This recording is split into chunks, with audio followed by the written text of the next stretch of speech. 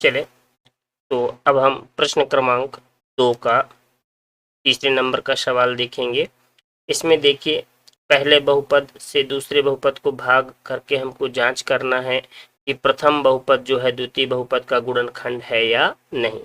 तो हम क्या करेंगे, इस पहले बहुपद का दूसरे बहुपद में भाग देंगे।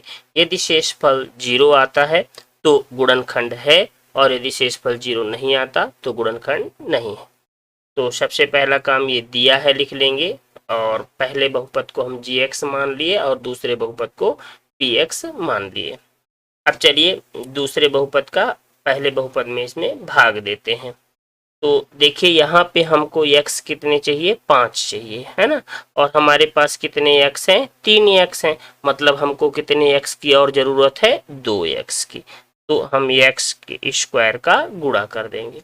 अब देखिए एक्स स्क्वायर का गुणा जब हम x का क्यूब में करेंगे तो इनका जब गुणा होता है चार राशियों का तो इनकी घातें जुड़ जाती हैं। तो ये घात 2 और ये घात 3 जुड़ के कितनी हो जाएगी, घात 5। तो एक्स स्क्वायर का गुणा एक्स क्यूब में करेंगे तो हो जाएगा एक्स की घात 5। फिर देखिए एक्स स्क्वायर का गुणा ऋण 3x में करेंगे तो ऋण और धन का गुणा क्या हो जाएगा, ऋण हो जाएगा। तो यहाँ पे ऋण लिख लेंगे। फिर देखें एक्स स्क्वायर का गुणा 3x में करेंगे तो हो जाएगा 3x का क्यूब। फिर देखिए एक्स स्क्वायर का गुणा 1 में करेंगे तो एक्स स्क्वायर एक कम एक्स का स्क्वायर, तो ये हो गया एक्स का स्क्वायर। अब इसके बाद क्या करना है हमको, अगला काम घटाना है। तो देखो घटाने में क्या होता है, नीचे के वाले पद के सभी के चिन्ह बदल जाएंगे। ये धन में है तो ऋण में हो जाएगा, ये ऋण वाला धन में हो जाएगा, ये धन वाला पद ऋण में। अब देखिए जो हमारा पहला पद है दोनों के चिन्ह अलग अलग हैं और पद एक जैसे हैं, है ना, इसलिए हमारा जो पहला पद है वो कट जाएगा। अब दूसरे पद में आते हैं तो देखिए ये ऋण में 4x की घात 3 है और ये धन में 3x की घात 3 है। तो ऋण वाला पद हमारा बड़ा है तो ऋण में उत्तर आएगा।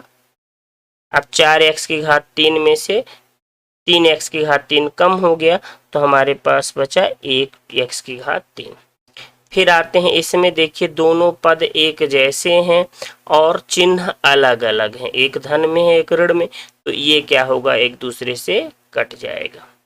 अब जो पद हमारे शेष बचे हम उनको लिख लेते हैं। तो देखिए हमारे पास और कौन कौन से पद शेष बचे हैं, अपन उनको भी लिख लेते हैं।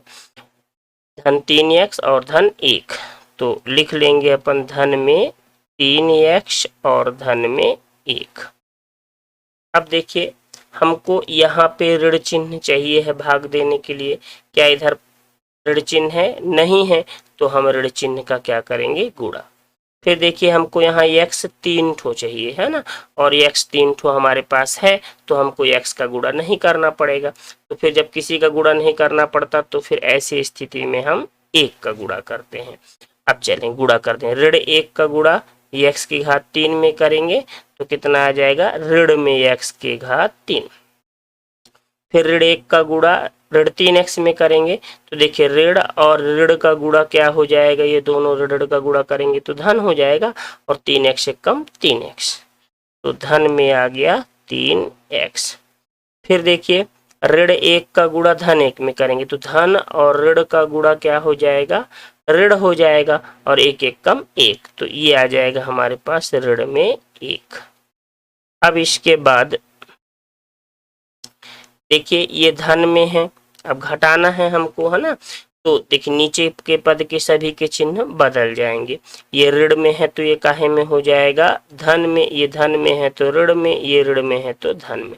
तो यहाँ से हम क्या देख रहे हैं कि जो हमारा पहला पद है देखिए दोनों एक जैसे हैं और दोनों के चिन्ह अलग अलग हैं, तो ये कट जाएगा। फिर दूसरे पद में भी देखिए ये दोनों एक जैसे पद हैं और दोनों के चिन्ह अलग अलग हैं, तो ये भी क्या होगा, कट जाएगा। अब देखिए ये धन 1 और ये धन 1 दोनों धन में ही है ना, तो धन 1 जुड़ कितना हो जाएगा, धन में 2 आ गया।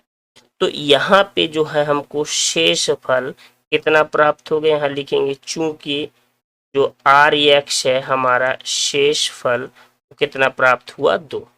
अब देखिए अगर शेषफल 0 प्राप्त नहीं होता है तो इसका मतलब ये हुआ कि जो हमारा gx वाला पद है वो px वाले पद का गुणनखंड नहीं है। तो यहाँ हम लिख लेंगे, इसलिए gx px का गुणनखंड नहीं होगा, है ना। तो आशा करते हैं कि सभी को समझ में आ गया होगा। अगर कहीं पे भी दिक्कत हो तो आप कमेंट बॉक्स में जाकर कमेंट जरूर करें। हम कोशिश करेंगे कि आपके लिए नई दूसरी वीडियो हम फिर से उपलब्ध करा सकें, ठीक है। तो इस तरह से जो हमारा gx है px का गुणनखंड नहीं होगा। क्यों नहीं होगा गुणनखंड? क्योंकि यहाँ पे शेषफल 2 प्राप्त हुआ। अगर शेषफल 0 प्राप्त होता तो गुणनखंड है। प्रश्न क्रमांक 3। अब इसमें क्या करना है, देखिए हमको ये एक बहुपद दिया हुआ है। इस बहुपद के सभी शून्यक ज्ञात करना है। इसके 2 शून्यक दिया है, एक शून्यक हमारा रूट में 5/3 और एक शून्यक है ऋण में रूट 5/3। तो इसके जो शेष शून्यक हैं और उनको हमको क्या करना है, ज्ञात करना है। तो चलिए शुरू करते हैं।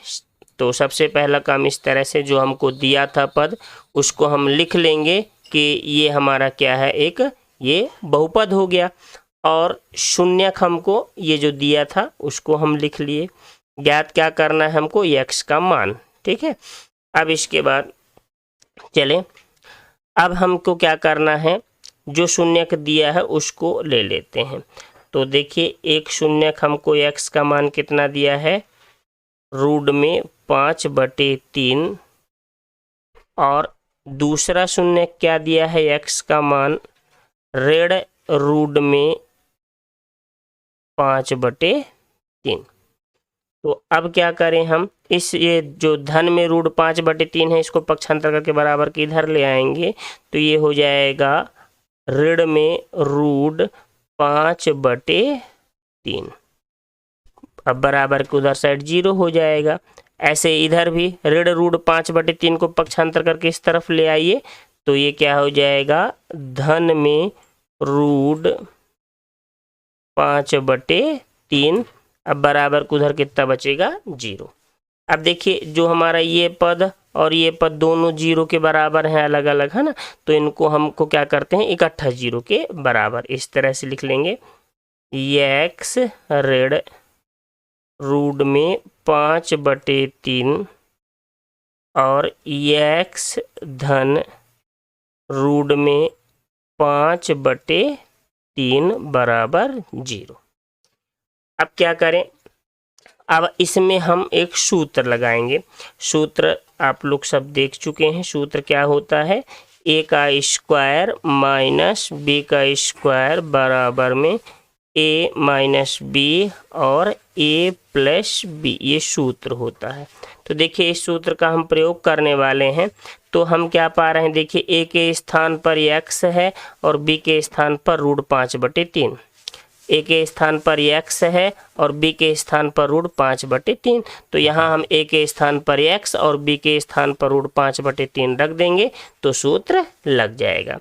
तो चलें, a के स्थान पर हमको x रखना है और b के स्थान पर क्या रखना है, रूट में 5/3। अब देखिए इसका क्या हो जाएगा, वर्ग हो जाएगा, ठीक। तो ये हम सूत्र लग गया, फिर बराबर में कितना है, 0। अब देखिए ये हो गया x का स्क्वायर। अब यहाँ पे क्या है, ऋण में रूट 5/3 का वर्ग है। अब रूट वाली संख्या का जब वर्ग होता है तो रूट का चिन्ह हट जाता है। तो यहाँ से कितना बचा हमारे पास, 5/3 बराबर 0।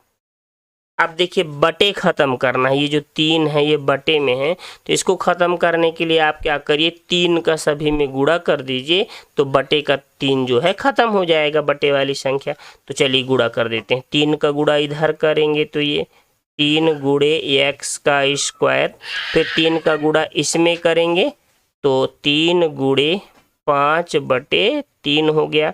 फिर 3 का गुणा 0 में भी कर देंगे, है ना। अब यहाँ से देखें तो ये जो है 3 और ये 3 ऊपर नीचे से कट गया, है ना।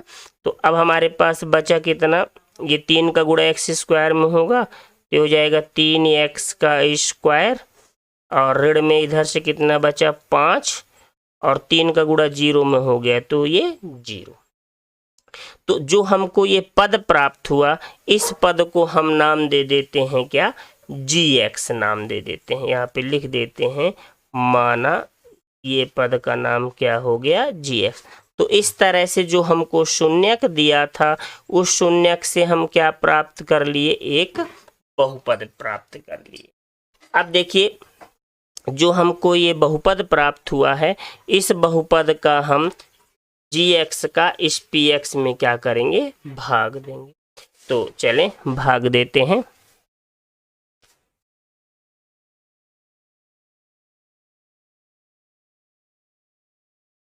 अब देखिए gx कितना प्राप्त हुआ है हमको, 3x का स्क्वायर ऋण में 5। यहाँ से इसको पार्टीशन कर देते हैं, है ना।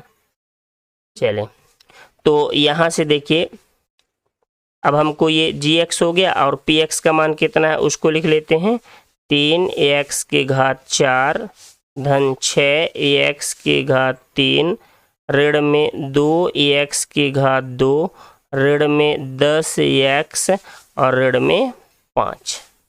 चलें भाग देते हैं। तो देखिए हमको इधर 3 चाहिए, 3 हमारे पास है।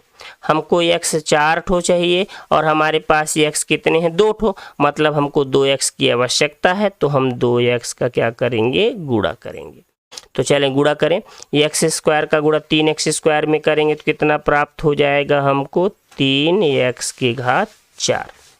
फिर देखिए एक्स स्क्वायर का गुणा ऋण 5 में करेंगे तो कितना प्राप्त हो जाएगा हमको, ऋण में 5x का स्क्वायर। अब देखिए फिर इसके बाद भाग में क्या करते हैं, घटाते हैं। तो ये नीचे वाले पद के सभी चिन्ह बदल जाएंगे। ये धन में है तो क्या हो जाएगा, ऋण में, ये ऋण में है तो काहे में हो जाएगा, धन में। अब देखिए जो हमारा पहला पद है वो दोनों एक जैसे हैं और चिन्ह अलग अलग हैं, इसलिए हमारा पहला पद ये कट जाएगा। फिर इसके बाद जो दूसरा पद है उसके नीचे कोई पद नहीं है ना, तो इस पद को हम वैसे ही लिख लेंगे। तो ये हो गया धन में 6x की घात 3। फिर तीसरे पद में आइए, धन में 5x स्क्वायर है और ऋण में 2x स्क्वायर है। तो धन वाला पद क्या है, हमारा बड़ा है, तो धन में उत्तर आएगा, है ना। तो इसको हम धन में, अब 5x स्क्वायर में 2x स्क्वायर कम कर देंगे तो कितना बचा, 3x का स्क्वायर। फिर इसके बाद अगले पद जो शेष हैं उनको भी लिख लेते हैं। तो ये ऋण में 10 इसको लिख। अब देखिए हमको यहाँ 6 चाहिए और हमारे पास यहाँ 3 है, तो 3 में हम किसका गुणा कर दें कि 6 आ जाए, 2 का गुणा, है ना। तो हमको 2 की ज़रूरत है, 2 का गुणा करेंगे। फिर देखिए हमको यहाँ x 3 ठो चाहिए और हमारे पास x कितने हैं, 2 ठो, मतलब हमको 1x की आवश्यकता है, तो 1x का गुणा कर देंगे। अब चलिए गुणा करते हैं। तो देखें 2 तिहाई 6, ये हो गया 6। अब x का गुणा x स्क्वायर में करेंगे तो x की घाती कितनी हो गई, 3 हो गई।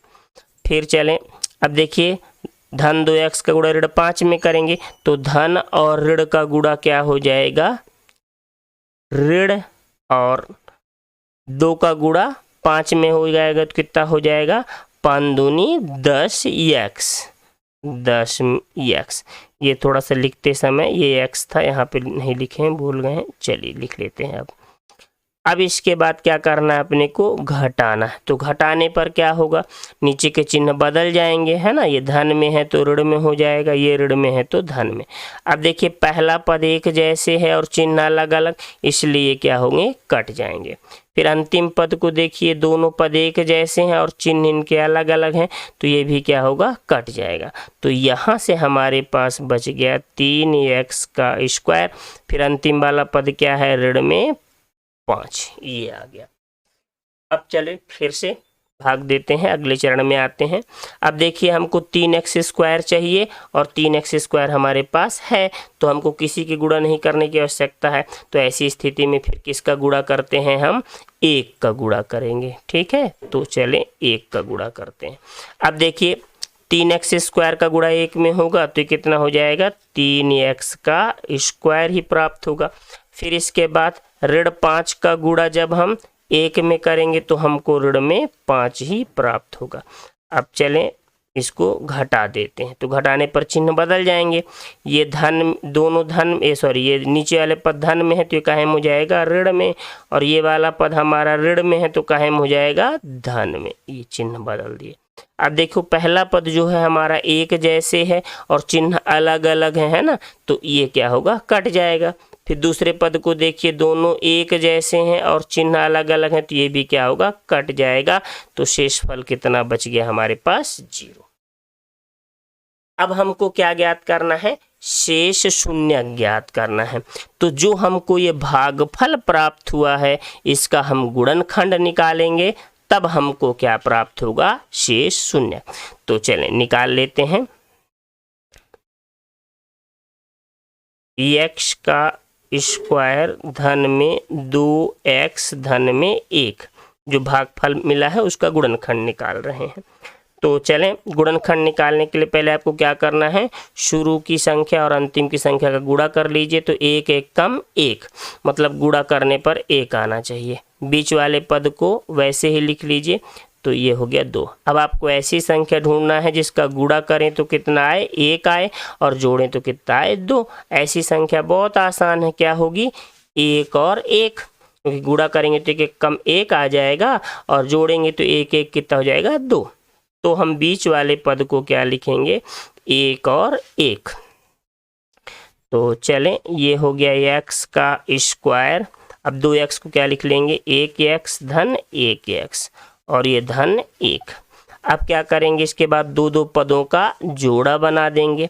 अब जो जोड़ा बने हैं उनसे उभयनिष्ठ निकाल लीजिए। तो देखिए पहले पद में जोड़े में दोनों के पास x है, x को बाहर निकाल लिए।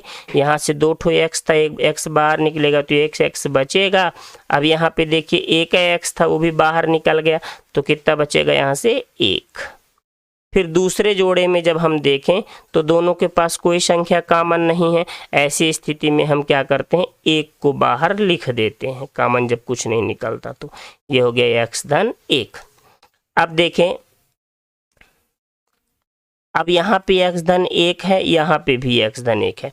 फिर अपन x धन 1 को फिर से कॉमन ले लेते हैं, तो x धन 1 को अपन कॉमन ले लिए, है ना। तो देखिए जब ये कॉमन निकलेगा तो यहाँ से x बच गया, और जब ये कॉमन निकलेगा तो इधर से कितना बच गया, 1 बच गया। मतलब फिर से हमारे पास ये x धन 1 ही बचेगा। अब देखिए हमको क्या निकालना है, शून्य ज्ञात करना है। तो जब शून्य ज्ञात करना है तो इसका मान क्या होगा, 0 के बराबर होगा। सो अपन मतलब इसको 0 के बराबर रखेंगे क्योंकि हमको शेष शून्य ज्ञात करना है। तो चलें रख देते हैं। तो हम इनको क्या है, x धन 1 इसको 0 के बराबर रखते हैं, और इसको भी x धन 1 0 के बराबर रखते हैं। अब देखिए जब हम धन 1 को पक्षांतर करके उधर ले जाएंगे तो क्या हो जाएगा, x का मान ऋण 1, या फिर यहाँ से भी जब धन 1 को पक्षांतर करके उधर ले जाएंगे तो x का मान कितना हो जाएगा, ऋण में 1। मतलब हमको जो 2 शून्य प्राप्त हो गए, वो 2 शून्य कौन कौन से शेष शून्य प्राप्त हुए, एक शून्य के x का मान ऋण 1 और दूसरा शून्य भी x का मान ऋण 1। मतलब इस तरह से ऋण 1 हमको 2 शेष शून्य प्राप्त हो गए।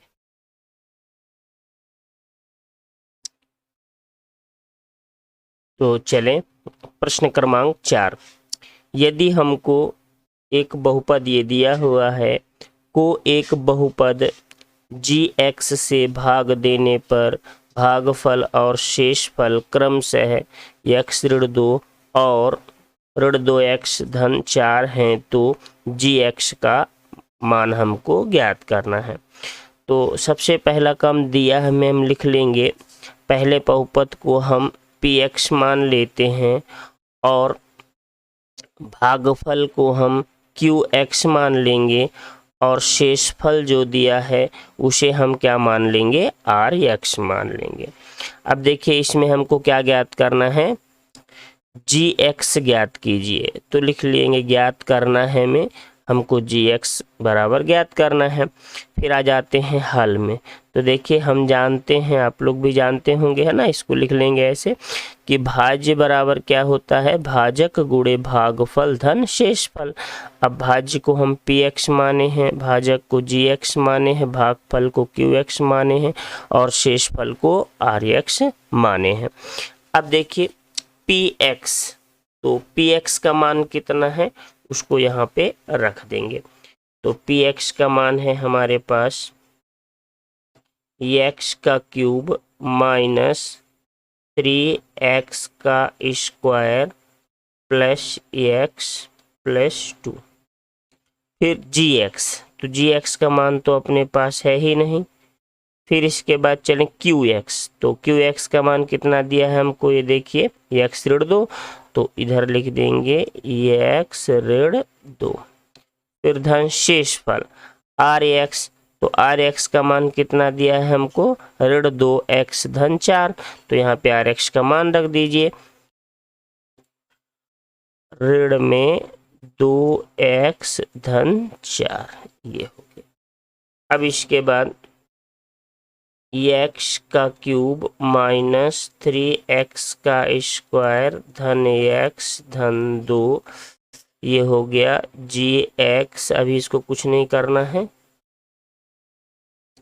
गुणे x ऋण 2।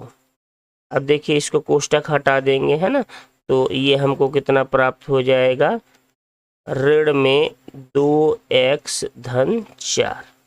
अब इस पूरे पद को हम पक्षांतर करके इस पार ले आएंगे बराबर के। तो देखें x का क्यूब माइनस 3x का स्क्वायर धन x धन 2 बराबर, अब उसको पक्षांतर करके हमको इधर लाना है, तो ऋण 2x इधर पक्षांतर करके लाएंगे तो ये हो जाएगा धन में 2x, और देखिए धन 4 को पक्षांतर करके इधर लाएंगे तो क्या हो जाएगा, ऋण में 4। अब बराबर के उधर साइड हमारा बचा GX गुणे x ऋण 2। फिर इसके बाद x का क्यूब माइनस 3x का स्क्वायर प्लस, अब यहाँ से देखिए हमको धन में ये 1x है और ये धन में 2x है, तो दोनों धन धन में ही है तो जुड़ जाएंगे 2x और 1x, तो जुड़ के क्या हो जाएगा धन में 3x। फिर देखिए ये ऋण में 4 है और ये धन में 2 है, ऋण वाला पद बड़ा है तो ऋण में उत्तर आएगा है ना। अब देखिए ऋण 4 में से धन 2 कम कर देंगे तो कितना बचेगा अपने पास, ऋण में 2, और इधर क्या हो गया GX। अब देखिए जो ये वाला पद है हमारा, इस पद का यहाँ पे क्या है, GX के साथ गुणा है। अगर हम इसको पक्षांतर करके बराबर के इधर लाएंगे तो जो संख्या का इधर गुणा होता है पक्षांतर करके जब उस तरफ ले जाते हैं तो उसका क्या हो जाता है, भाग। तो यहाँ पे x ऋण 2 का क्या हो जाएगा, भाग हो जाएगा। तो उसको यहाँ ले आते हैं पक्षांतर करके, तो ये बटे में हो जाएगा x ऋण 2। तो अब हमको इसको हम ऐसे लिखेंगे, देखिए GX बराबर इसके है तो ये बराबर इसके, तो इसको हम इस तरह से लिख लेंगे कि GX बराबर x का क्यूब माइनस 3x का स्क्वायर धन में 3x और ऋण में 2, और बटे में कितना है, x ऋण 2। तो हमको जो GX है वो कैसे प्राप्त होगा, जब हम इस बहुपद में इस बहुपद का भाग देंगे तब हमको GX प्राप्त होगा। तो चलिए भाग देने के लिए हम क्या करते हैं,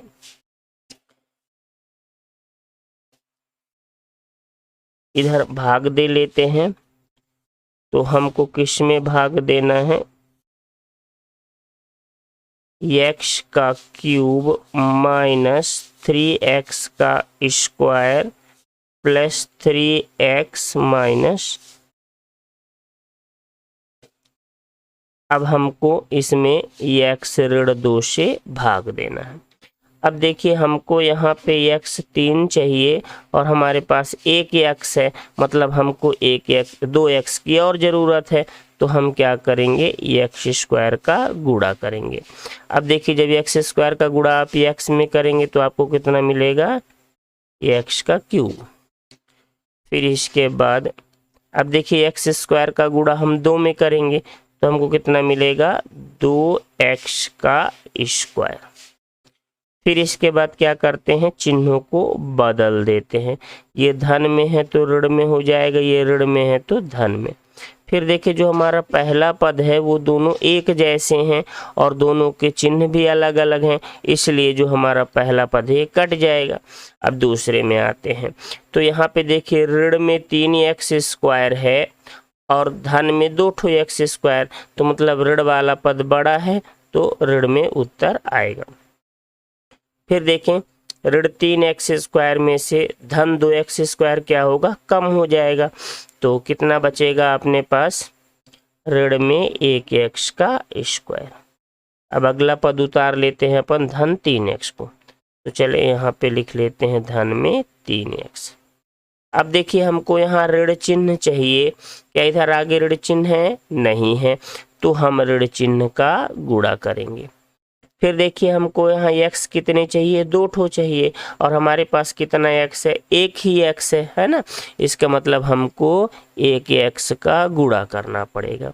तो चलिए गुणा करते हैं। देखिए ऋण धन का गुणा ऋण, और जब हम x का गुणा x में करेंगे तो x का स्क्वायर, तो ये आ गया हमारे पास ऋण में x का स्क्वायर। अब चले दूसरे पद में आते हैं।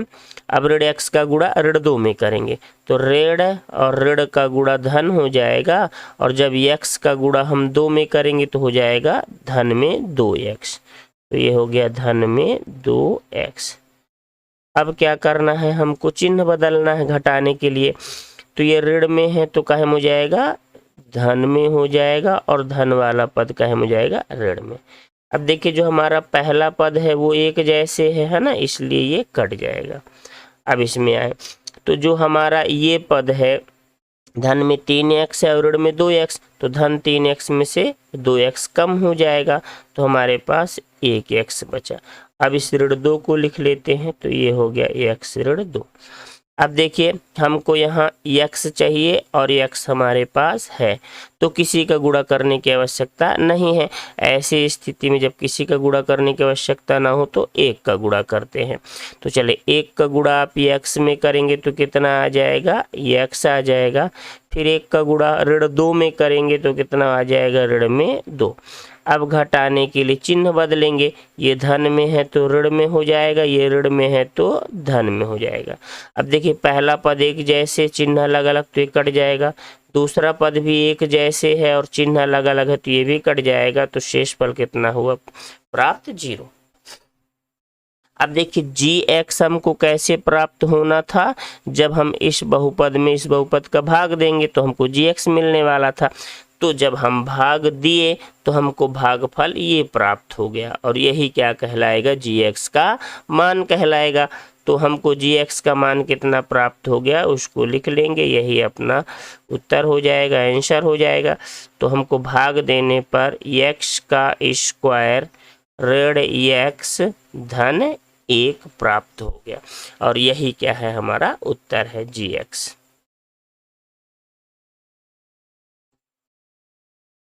प्रश्न क्रमांक 4। तो इस प्रश्न में देखिए हमको बहुपद px, gx, qx और rx के ऐसे उदाहरण दीजिए जो विभिन्न एल्गोरिथम को संतुष्ट करते हों। घात px बराबर घात qx, घात qx बराबर घात rx और घात rx बराबर 0। ये अपना क्या हो गया, प्रश्न हो गया। अब देखिए हमको इसमें अपने से उदाहरण लेना है, और जो उदाहरण हम लेंगे वो उदाहरण घात px बराबर घात qx, मतलब जो ये तीनों अपने को प्रश्न है इनको वो संतुष्ट करने चाहिए, ऐसे उदाहरण हमको लेना है। तो सबसे पहला काम देखिए, जैसे अगर अपन पहले सवाल की बात करें तो क्या कह रहा है, px घात px, तो px किसको कहते हैं, भाज्य को, और q किसको कहते हैं अपन, भागफल को। तो हमको ये बताना है कि इस तरह से उदाहरण लेना है कि जो भाज्य है और भागफल दोनों की घात क्या होना चाहिए, बराबर होना चाहिए, ऐसा बहुपद हमको लेना है। ठीक है, तो अब आप यहाँ से देखिए, अपन जानते हैं कि भाज्य बराबर भाजक गुणे भागफल धन शेषफल होता है। संकेत के रूप में लिखना चाहें तो भाज्य को px से दर्शाते हैं, भाजक को gx से, भागफल को qx से दर्शाते हैं और शेषफल को rx से दर्शाते हैं।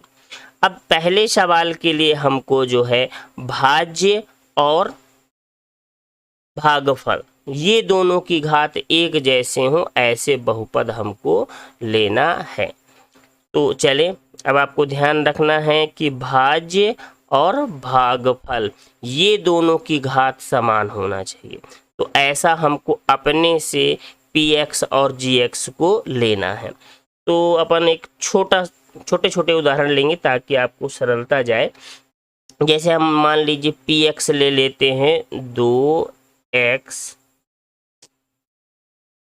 धन 2, ये हम px ले लिए, और उसके बाद gx, तो gx हम मान लीजिए ले लेते हैं 2।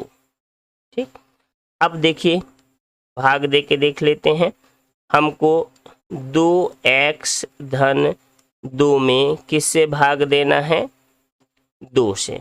तो देखिए अब यहाँ पे हमको 2 चाहिए, 2 हमारे पास है, हमको x चाहिए, x हमारे पास नहीं है, तो x का गुणा करेंगे। अब 2 का गुणा x में करेंगे तो कितना हो जाएगा, ये 2x हो गया। घटाएंगे तो ये ऋण में हो गया, ये कट जाएगा। फिर धन 2 को ले लेते हैं इसको। ठीक, अब देखिए हमको 2 चाहिए और 2 हमारे पास है, तो किसी के गुणा करने की आवश्यकता नहीं है। ऐसी स्थिति में हम 1 का गुणा करते हैं, 2 1 कम 2, चिन्ह बदल जाएंगे, घटाने में तो ऋण में हो जाएंगे, कट गया तो शेषफल कितना आ गया, 0। तो देखिए हमसे प्रश्न क्या कह रहा था कि जो भाज्य है उसकी घात और भागफल की घात बराबर होना चाहिए। तो देखिए ये जो भाज्य था हमारा ये 2x, इसकी घात कितनी है, 1 है, और जो भागफल प्राप्त हुआ इसकी भी घात कितनी है, 1 है ना। तो आपको इस प्रकार से आप ढेरों उदाहरण ले सकते हैं। आप घात 3 का भी, ये जो हम लिए हैं 2x धन 5, आप घात 3 वाला पद लीजिए, घात 2 वाला पद लीजिए, घात 5 वाला, घात 7 वाला, मतलब आप इसके लिए पूरी तरह से स्वतंत्र है। कोई भी उदाहरण लीजिए, बस आपको ध्यान रखना है कि px की घात और qx की घात क्या होनी चाहिए, बराबर। तो चले, हमको qx कितना प्राप्त हो गया, भागफल हमको x धन 1 प्राप्त हो गया, और rx शेषफल कितना प्राप्त हो गया, 0। तो इस तरह से आप कोई भी अलग, हम जो सवाल में लिए हैं उदाहरण px gx, आप कोई दूसरा ले लीजिए। ठीक है, चले अब आते हैं प्रश्न क्रमांक 2 में। तो प्रश्न क्रमांक 2 में देखिए अब क्या शर्त कह रहा है कि qx की घात, मतलब भागफल की घात और शेषफल की घात दोनों की घात क्या होना चाहिए, बराबर होना चाहिए। ठीक है, अब ऐसा उदाहरण हमको लेना है। तो चलिए इस बार थोड़ा सा घात 2 वाला पद ले लेते हैं, है ना। तो चले अपन एक उदाहरण ले लेते हैं, px के लिए अपन ले लेते हैं 2x का स्क्वायर ऋण में 4x और धन में 3, ये px हम अपने से ले लिए। अब gx हम ले लेते हैं x का स्क्वायर ऋण में 2x धन 2। ठीक, अब ये दोनों को हमको इस प्रकार से इसको लेते हैं ताकि जो घात qx, मतलब भागफल की घात और शेषफल की घात दोनों की घात क्या होनी चाहिए, बराबर होनी चाहिए। तो ये हम कैसे लिए, अब देखिए यहाँ से QX ये हो गया हमारा भागफल और RX मतलब ये हो गया हमारा शेषफल। अब इन दोनों की घात क्या है, एक जैसे होनी चाहिए। इस प्रकार से हमको बहुपद लेना है। तो अपन ये बहुपद ले लिए, अब चेक कर लें कि ये बहुपद उचित है या नहीं है। तो चलें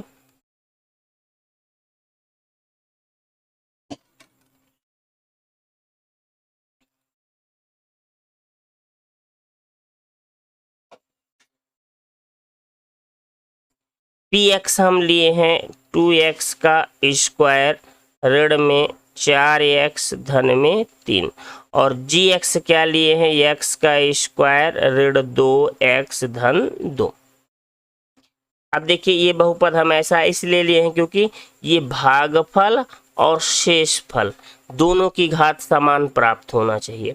तो ये दोनों समान कब प्राप्त होंगे, जब हमारे ये भाज्य जो हमारा ये भाजक है और भाज्य है ना, ये दोनों की घात अगर सेम लेंगे आप, ठीक है, अगर हम PX और GX दोनों की घात एक जैसी लेंगे तब हमको जो है भागफल और शेषफल की घात सेम एक जैसे मिलेगी।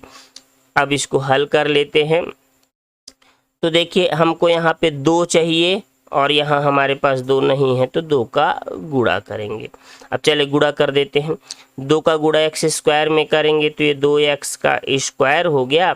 अब 2 का गुणा ऋण 2x में करेंगे तो 2 दूनी 4, तो ये ऋण में 4x हो गया। 2 का गुणा 2 में करेंगे तो ये 2 दूनी 4 हो गया धन में। अब इसके बाद देखिए चिन्ह बदलेंगे, ये धन में है तो ऋण में हो जाएगा, ये ऋण में है तो धन में हो जाएगा, ये धन में है तो ऋण में। तो देखिए जो हमारा पहला पद है ये कट गया, सेम एक जैसे हैं, चिन्ह अलग अलग। दूसरा पद भी हमारा कट गया, पर जो तीसरा पद है इसमें देखिए 3 जो है धन में है और 4 ये ऋण में है, तो ऋण वाला पद बड़ा है तो ऋण में कितना आ गया 1। तो देखिए जो हमको ये पद मिला भागफल, इधर इस x की घात कितनी है 0 है, और जो हमको शेषफल मिला यहाँ पे भी x वाला पद नहीं है ना, तो इसकी घात भी क्या है 0 है। तो हमको यही तो बताना था कि QX की घात और RX दोनों की घात कैसा होना चाहिए, बराबर। हमको ऐसा ही उदाहरण लेना था। तो चलिए जो उदाहरण अपन लिए हैं उसमें भागफल QX अपने को कितना प्राप्त हो गया 2 प्राप्त हुआ, और जो हमको शेषफल है, शेषफल कितना प्राप्त हुआ ऋण में 1 प्राप्त हुआ। चले अब अगले प्रश्न में आते हैं। तो तीसरा नंबर का प्रश्न क्या कह रहा है, अब उसको देखिए। तो तीसरे नंबर के प्रश्न में RX शेषफल की जो घात है वो कितनी होनी चाहिए 0। तो यहाँ से देखिए जो शेषफल की घात 0 होनी चाहिए, तो जो हमारा अभी ये जो हम दूसरे नंबर में उदाहरण लिए हैं ये उदाहरण भी अपन ले सकते हैं। क्यों? क्योंकि यहाँ पे देखिए शेषफल ऋण 1 है ना, तो इसकी घात कितनी होगी, घात तो 0 ही होगी। तो अगर आप चाहे तो इसी दूसरे नंबर के उदाहरण को ही आप तीसरे नंबर में भी लिख सकते हैं। पर चले अपन कोई दूसरा एक उदाहरण अलग से ले लेते हैं। आपको ध्यान रखना है कि जो शेषफल है वो अचर राशि आना चाहिए, ताकि जब अचर राशि शेषफल प्राप्त होगी तभी ना घात 0 होगा, इसलिए। तो चले हम इसमें PX ले लेते हैं, कितना अपने से ले लेते हैं 4x धन 5, और GX हम ले लेते हैं x धन 2। इसमें भी आपको ध्यान रखना है इस बात का कि हमको जो है शेषफल की घात 0 कब प्राप्त होगी, जब हमारा जो है PX की घात और GX की घात दोनों की घात बराबर होगी, तभी हमको जो है शेषफल की घात जो है 0 प्राप्त होगी। तो चलें अब हम इसको चेक कर लें। तो हमको किस में भाग देना है 4x धन 5, इसमें भाग देना है x धन 2 से। तो अब देखिए यहाँ हमको 4 चाहिए तो 4 का गुणा करेंगे। x चाहिए और x हमारे पास है तो x का गुणा नहीं करेंगे। अब देखिए 4 का गुणा आप x में करेंगे तो हो जाएगा कितना 4x। फिर देखिए 4 का गुणा आप 2 में करेंगे तो 4 दूनी 8। अब ये धन में है तो ऋण में हो जाएगा, ये धन में है तो ये भी ऋण में हो जाएगा। तो देखिए ये पहला पद कट गया और ये दूसरा पद में देखिए ऋण में 8 है और धन में 5, तो ऋण वाला पद बड़ा है तो ऋण में उत्तर आएगा। 8 में से 5 कम हो गए तो कितना बचा 3। तो यहाँ से देखिए हमको शेषफल कितना प्राप्त हुआ ऋण 3। यहाँ पे कोई x वाला चर पद हमको नहीं प्राप्त हुआ, इसलिए इसकी घात क्या होगी 0 होगी। और हमको यही बताना था तीसरे नंबर में कि ऐसा बहुपद आप लीजिए जिसके लिए बहुपद के घात जो शेषफल बचे उसकी घात कितनी हो 0 हो। तो देखिए इस शेषफल की घात क्या है 0 है। तो इसमें हमको qx कितना प्राप्त हुआ 4 प्राप्त हुआ और शेषफल कितना प्राप्त हुआ ऋण में 3। तो आशा करते हैं कि आपको इस प्रश्नावली के सभी सवाल अच्छे से समझ में आ गए होंगे।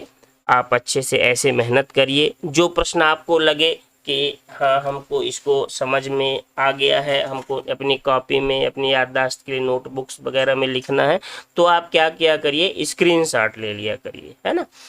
और जो भी बच्चे हमारे चैनल में नए आए हों तो उन लोगों का बहुत बहुत स्वागत है। ज्ञान भारती क्लासेस चैनल को सब्सक्राइब जरूर करें ताकि समय पर आपको हमारी अगली वीडियो की नोटिफिकेशन प्राप्त होती रहे। अपने दोस्तों की भी मदद करिए, उनको भी जो है व्हाट्सएप से टेलीग्राम से जिस माध्यम से आप चाहें तो शेयर कर सकते हैं। तो इसी के साथ आज की हमारी वीडियो यहीं पर समाप्त होती है। सभी बच्चों का बहुत बहुत धन्यवाद। जल्द ही आपसे मिलेंगे अगली वीडियो के साथ।